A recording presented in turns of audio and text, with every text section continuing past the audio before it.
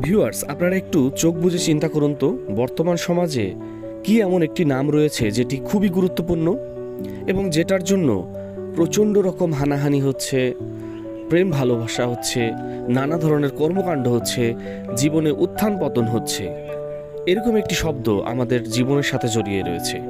আপনারা একটু চিন্তা করতে থাকুন। হ্যাঁ, আমি আপনাদের চিন্তা করার সময় দিয়েছি, তবে এটি খুবই গুরুত্বপূর্ণ একটি শব্দ, সেটা হচ্ছে আবেগ।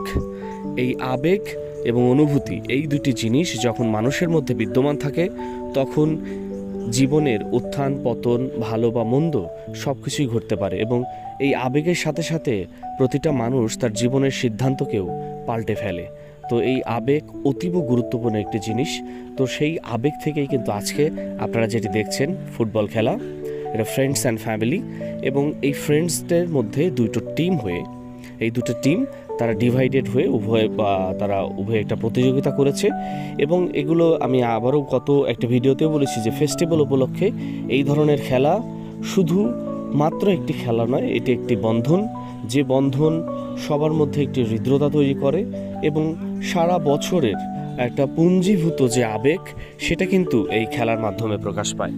গত ভিডিওতে আমি বারবার বলেছি যে একটি খেলা শুধু একটি খেলা নয়, এটি একটি আবেগ বন্ধন বা মিলন মেলা, যেটাই বলেন না কেন, এটা যে নামে আখ্যা দেওয়া হোক না কেন, তবে এই খেলাটার উৎপত্তি কিন্তু একদমই আবেগ থেকে।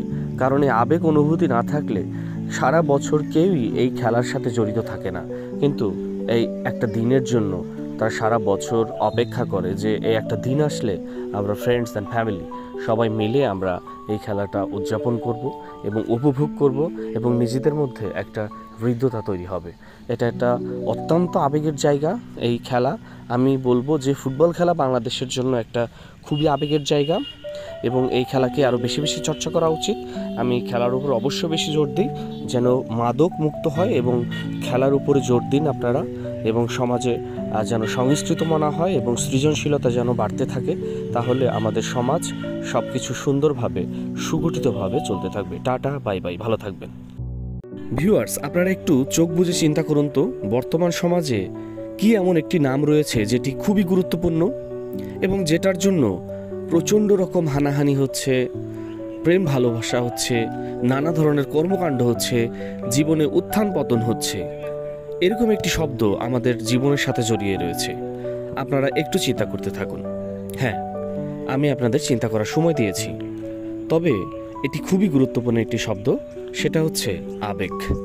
এই আবেগ এবং অনুভূতি, এই দুটি জিনিস যখন মানুষের মধ্যে বিদ্যমান থাকে, তখন জীবনের উত্থান পতন, ভালো বা মন্দ সব কিছুই ঘটতে পারে এবং এই আবেগের সাথে সাথে প্রতিটা মানুষ তার জীবনের সিদ্ধান্তকেও পাল্টে ফেলে। তো এই আবেগ অতীব গুরুত্বপূর্ণ একটি জিনিস।